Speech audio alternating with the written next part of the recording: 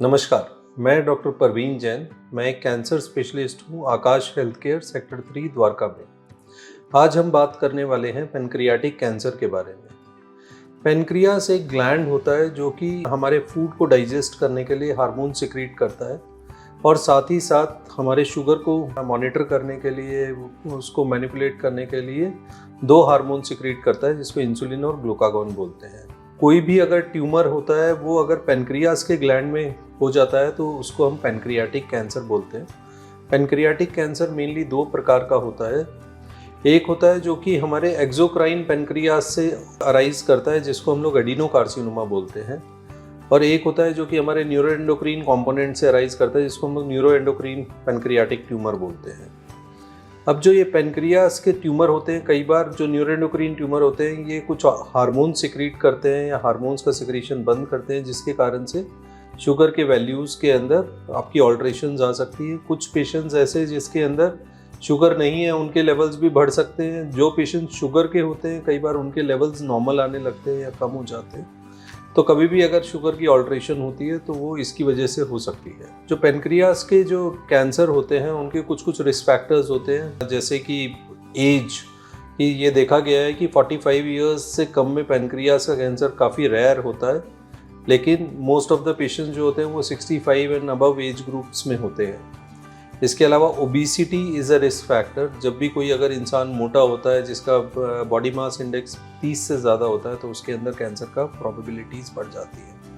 जो लोग स्मोकिंग करते हैं तो उनके अंदर भी पेनक्रियाटिक कैंसर का रिस्क बढ़ जाता है। इसका काफ़ी इम्पॉर्टेंट एक एस्पेक्ट होता है जो कि फैमिलियल पेनक्रियाटिक कैंसर, कि जिन लोगों की फैमिली के अंदर पेनक्रियाटिक कैंसर होता है उनके अंदर पॉसिबिलिटीज़ पेनक्रियाटिक कैंसर को डेवलप करने की ज़्यादा होती है। इसके अलावा अगर हम साइन एंड सिम्टम्स के बारे में बात करें तो जो अर्ली स्टेज का पेनक्रियाटिक कैंसर होता है वो यूजुअली कोई भी साइन एंड सिम्टम प्रोड्यूस नहीं करता है, क्योंकि जो पेनक्रियास का एरिया होता है वो काफ़ी हमारी बॉडी के अंदर डीप में होता है।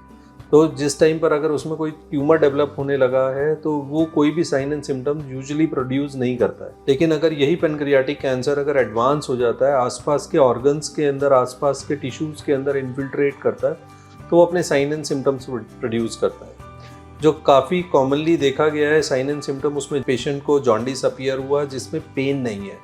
अगर पेनफुल जॉन्डिस होता है तो यूजुअली वो हेपेटाइटिस की तरफ संकेत करता है, लेकिन अगर पेनलेस जॉन्डिस है तो यूजुअली वो कैंसर को की तरफ संकेत करता है।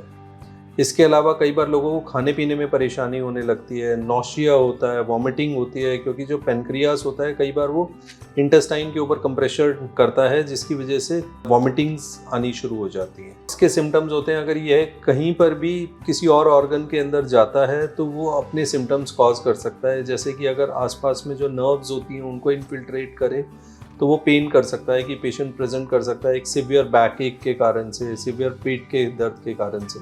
अब बात करते हैं पेनक्रियाटिक कैंसर डायग्नोज कैसे होता है। तो उसके लिए कुछ इन्वेस्टिगेशंस हम लोगों को रिक्वायर्ड होती है। कुछ ब्लड के मार्कर्स होते हैं जैसे CA19.9, CEA। कुछ हमारी इन्वेस्टिगेशंस होती है इमेजिंग के फॉर्म में, जैसे कि एंडोस्कोपिक अल्ट्रासाउंड होता है, MRCP होता है, ERCP होता है, CT स्कैन्स होते हैं, MRI होता है और एक PET CT स्कैन होता है, ये देखने के लिए कि उसका फैलाव कितना है। ट्रीटमेंट के बारे में अगर जानें तो यूजुअली जो लोकलाइज्ड ट्यूमर्स होते हैं तो उनके अंदर surgery is the most important treatment modality. लेकिन अगर यही ट्यूमर अगर आपके कहीं और ऑर्गन में फैल गया है, जैसे लिवर में चला गया, तो उसके अंदर usually chemotherapy, targeted therapy, immunotherapies दी जाती है। अगर आपको कोई भी ऐसे साइन एंड सिम्टम्स लगते हैं तो आपको हमेशा अपने फिजिशियन को कंसल्ट करना है, जो भी आपके डॉक्टर हैं उनको कंसल्ट करना है, because it could be a sign of pancreatic cancer. Thank you.